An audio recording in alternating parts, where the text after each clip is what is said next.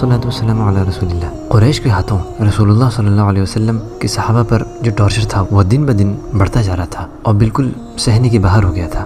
رسول اللہ صلی اللہ علیہ وسلم نے ابیسینیا کے نصرانی راجا کے بارے میں سنا تھا جو کہ بہت ایماندار اور نیک تھا اور جو لوگوں کا استقبال بھی کرتا تھا۔ آپ صلی اللہ علیہ وسلم نے اپنے ان صحابہ کو یہ رائے دی جن کے پاس کسی طرح کا کوئی پروٹیکشن نہیں ہے وہ اس نیک راجا نجاشی کے پاس جائیں۔ قریب 15 صحابہ نے اس مشورے کا فائدہ اٹھایا اور ابیسینیا کی طرف چل دیے۔ وہاں پر نجاشی نے ان لوگوں کا بہت اچھے سے خیر مقدم کیا۔ یہ اسلام کی پہلی ہجرت تھی اور یہ رسول اللہ صلی اللہ علیہ وسلم کی دعوت کے 5ویں سال یعنی سن 615 عیسوی میں ہوئی۔ یہ جو مہاجرین گئے تھے ان کے پیچھے پیچھے اور لوگ بھی آنے لگے جن کے اوپر بہت ظلم کیا جا رہا تھا، حتیٰ کہ کل تعداد مردوں میں 83 لوگوں کی ہو گئی اور 18 عورتیں۔ جو قریش تھے وہ بہت غصہ ہوئے کہ ان کے ہاتھوں سزا پانے والے لوگ نکل گئے ہیں۔ نجاشی کے پاس اپنے کچھ لوگوں کو بھیجے کہ نجاشی ان لوگوں کو واپس کر دے، کہ ان لوگوں کو موت کی سزا دی جائے کہ انہوں نے اپنے پرانے دین کو چھوڑ کر اس نئے دین کو اپنا لیا ہے۔ نجاشی نے ان صحابہ کو بلایا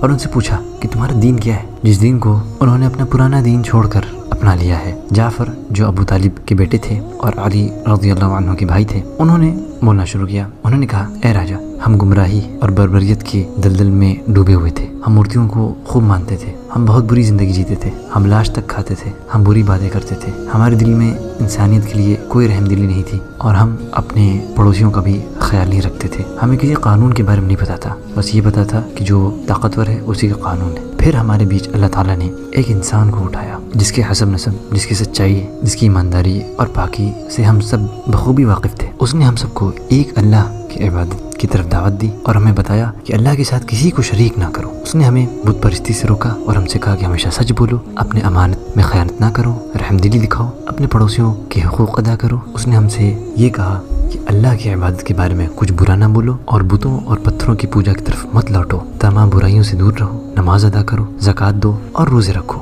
ہم ان پر ایمان لائے، ہم نے ان کی بتائی ہوئی تمام تعلیمات کو قبول کیا اور یہ بھی قبول کیا کہ صرف ایک اللہ کی عبادت کرنا ہے بنا کسی کو شریک کیے ہوئے۔ اسی لیے ہمارے لوگوں نے ہم پر بہت ظلم ڈھایا ہے اور وہ لوگ یہ چاہتے ہیں کہ ہم اللہ کی عبادت کو چھوڑ دیں اور واپس بتوں اور پتھروں کی پوجا کی طرف لوٹ جائیں۔ ان لوگوں نے ہمارا ٹارچر کیا، ہمیں زخم بھی پہنچائے۔ جب ہمیں ان میں کسی طرح کا کوئی امن سکون نہیں ملا، جب ہمیں اپنی جان کا خطرہ بنایا، تب ہم آپ کے اس ملک میں آئے ہیں آپ پہ بھروسہ رکھتے ہوئے کہ آپ ہم لوگوں کو ان کے ظلم اور زیادتی سے بچائیں گے۔ جب نجاشی نے یہ باتیں سنی تو نجاشی نے قریش کے لوگوں سے کہا کہ وہ لوگ واپس اپنے یہاں چلے جائیں اور جو یہ صحابہ ہیں ان کے معاملے میں دخل نہ دیں۔ تو اس لیے جو مہاجرین تھے انہوں نے اپنی ہجرت کا یہ جو دور تھا بہت ہی سکون اور امن کے ساتھ گزارا۔ جب رسول اللہ صلی اللہ علیہ وسلم کے صحابہ دوسرے ملک میں پناہ لیے ہوئے تھے تاکہ وہ اپنے لوگوں کے ظلم سے بچ سکیں، اسی وقت رسول اللہ صلی اللہ علیہ وسلم قریش کو اور سخت طریقے سے دعوت دینے لگے۔ قریش پھر آپ صلی اللہ علیہ وسلم کے پاس مال اور دولت کا لالچ لے کر آئے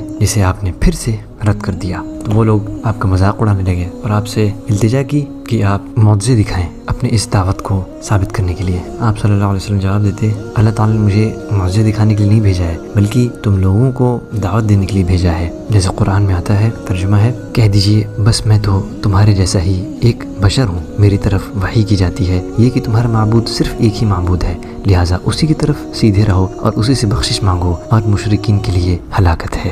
باوجود اس کے کہ رسول اللہ صلی اللہ علیہ وسلم اپنے لوگوں کو دعوت دیتے رہے، قریش اس بات پہ بضد رہے کہ آپ انہیں کوئی معجزہ دکھائیں۔ وہ لوگ یہ کہنے لگے جب تک کہ آپ صلی اللہ علیہ وسلم کے رب کی طرف سے ان لوگوں کے اوپر کوئی آیت نہ نازل ہو وہ یقین نہیں کریں گے۔ وہ کفار پوچھتے تھے کہ آخر محمد کو ان معجزات کے ساتھ کیوں نہیں بھیجا گیا ہے جیسے کہ پرانے انبیاء کو بھیجا گیا تھا؟ رسول اللہ صلی اللہ علیہ وسلم جواب دیتے، کیونکہ معجزے لوگوں کو یقین دلانے کے لیے کافی نہیں تھے۔ نوح علیہ السلام کو تمام معجزات دیے گئے لیکن کیا فائدہ ہوا؟ قوم سمود کہاں چلی گئی؟ ان لوگوں نے تو کہا تھا کہ وہ اپنے نبی صالح علیہ السلام کی دعوت کو نہیں سنیں گے جب تک کہ وہ انہیں ایک معجزہ نہ دکھائیں اور پہاڑ کے بیچ سے ایک زندہ اونٹنی کو نہ نکال دیں۔ صالح علیہ السلام نے اللہ کے حکم سے ویسے ہی کیا جیسا ان لوگوں نے کہا تھا۔ ان لوگوں نے اس اونٹنی کے پیر کاٹ دیے اور اپنے ہی نبی کو چیلنج دینے لگے کہ وہ اپنے رب کی طرف سے جو عذاب ہے اس کو نازل کریں۔ وہ لوگ اگلی صبح مر گئے کیونکہ ان کے اوپر اللہ کا ایک فرشتہ عذاب لے کے آ گیا تھا۔ آج کا پارٹ یہیں ختم ہوتا ہے، انشاءاللہ اگلے پارٹ میں ہم اس کو جاری رکھیں گے۔ جزاکم اللہ خیرا۔